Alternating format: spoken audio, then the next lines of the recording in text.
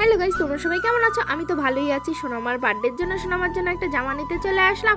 আর ভিডিওটা ছাড়তে একটু দেরি হয়ে যাচ্ছে, ভিডিওটা করাই হয়নি। তারপর চলে আসলাম সোনামার জন্য কেক নিতে, কারণ সোনামা তো কেক কাটবে, তাই কেক নিতে চলে আসলাম। আর চলে যাচ্ছিলাম সোনামার বাড়ি। আর যাওয়ার পথে যা রাস্তাটা লাগে না, সোনামার বাড়ি যাওয়ার পথে আরও হচ্ছিল বৃষ্টি, চারিদিকে সবুজ সবুজ, দারুণ লাগছিল।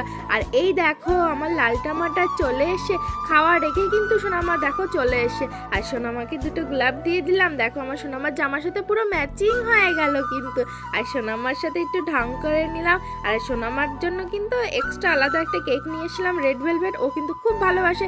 তারপর সন্ধ্যাবেলা সবাই মিলে একটু চা টা খেয়ে নিলাম। আর সোনামা তো গিফট পেয়ে ভীষণ খুশি। দেখো কেক কাটতে কিন্তু চলে এসছে আমার পাগলি মাটা।